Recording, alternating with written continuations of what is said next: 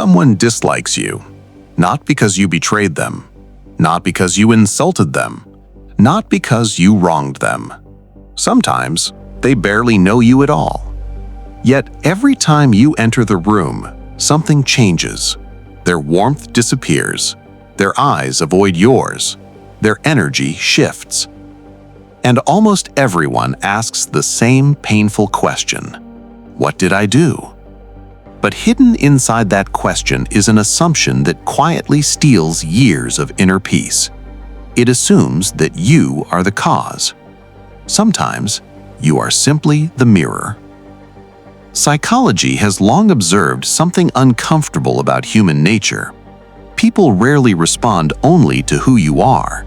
They also respond to what your existence quietly awakens inside them. Confidence can expose insecurity. Discipline can expose procrastination. Peace can expose inner chaos. Success can expose unrealized potential. The remarkable thing is that none of those reactions begin with you. They begin inside the other person. Once you understand this pattern, certain behaviors suddenly become impossible to misunderstand. The first pattern is selective warmth. Have you ever noticed someone who seems effortlessly kind to everyone around them until you arrive? They laugh with everyone else. They greet everyone else. They make conversation with everyone else. Then you enter the room, and suddenly the atmosphere becomes strangely cold. At first, you assume coincidence. Maybe they're tired. Maybe they're distracted. Maybe they're having a bad day. But then it happens again and again. Eventually, you realize something unsettling. The coldness isn't general, it's selective. Why? Because acceptance creates psychological equality. When someone secretly experiences your presence as a threat, treating you warmly becomes emotionally uncomfortable. Distance feels safer. The strange part is that your mind immediately begins trying to earn back warmth that was never yours to lose. You smile more, explain more, try harder, become more agreeable. Without realizing it, you've already entered their emotional game. Then another pattern quietly appears: invisible erasure. You contribute an idea, silence. Moments later, someone else repeats almost the exact same thought. Suddenly, everyone praises it. You solve a problem. Nobody notices. Someone else summarizes your solution. Now they're brilliant.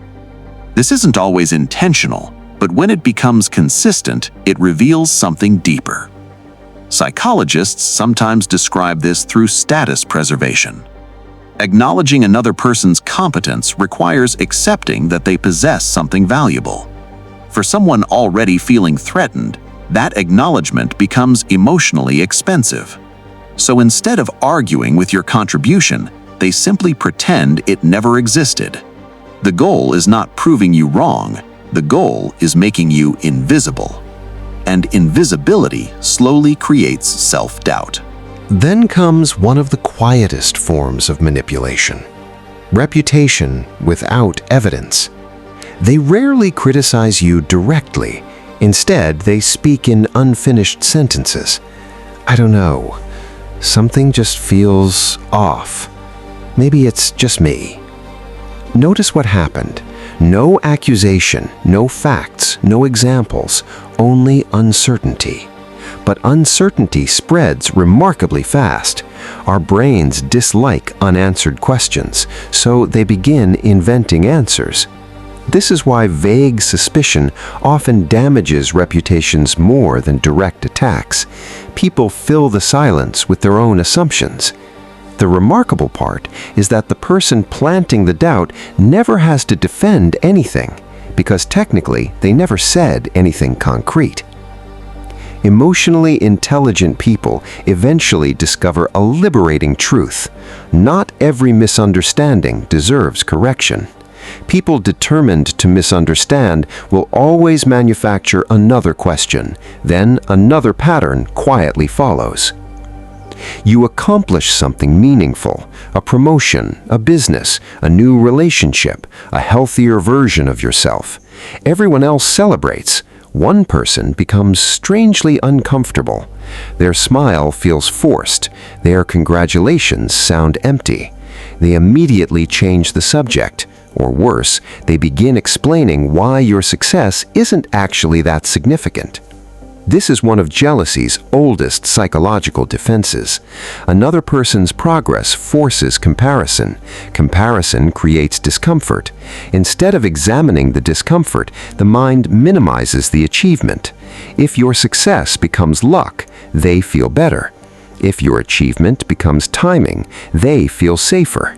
If your discipline becomes privilege, they no longer have to confront their own inaction. Notice the pattern. Your success was never the real problem. The story they needed about your success was. Then comes perhaps the deepest pattern, projection. Most people assume dislike begins with another person. Psychology often suggests something different. We frequently dislike in others what we cannot peacefully resolve within ourselves. The confident person threatens someone afraid of being seen. The disciplined person unsettles someone trapped in excuses.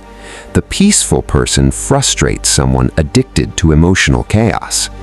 Without realizing it, your existence becomes evidence that another way of living is possible, and evidence can be painful, because evidence removes excuses. It quietly whispers, maybe you could have changed too. That whisper is often far more uncomfortable than admitting it. So the mind protects itself, not by confronting reality, but by rejecting the messenger. This is why trying to convince everyone to like you becomes one of adulthood's most exhausting traps. Some people are not reacting to your personality, they're reacting to what your presence reflects back to them. No amount of explaining can heal someone who mistakes reflection for attack. No amount of proving yourself can satisfy someone committed to misunderstanding you. Sometimes the healthiest response is remarkably simple. Stop asking, why don't they like me? Start asking, what does my existence awaken inside them? That single question changes everything, because now their behavior stops becoming your identity and becomes information. You stop shrinking yourself, stop apologizing for your confidence, stop chasing approval from people emotionally invested in withholding it. The truth is, not everyone who dislikes you is jealous. Not everyone who disagrees with you is projecting. But when the same patterns quietly repeat, coldness, dismissal, minimization, invisible competition, you no longer need to carry the burden of fixing what never began inside you. Most people spend years trying to become more acceptable. Few people realize peace begins the moment you stop asking permission to exist exactly as you are. Most people see difficult people. Few people see the hidden psychological pattern underneath them. And once you see the pattern, you stop carrying emotions that were never yours to begin with. Because once you see the pattern, you can change the outcome.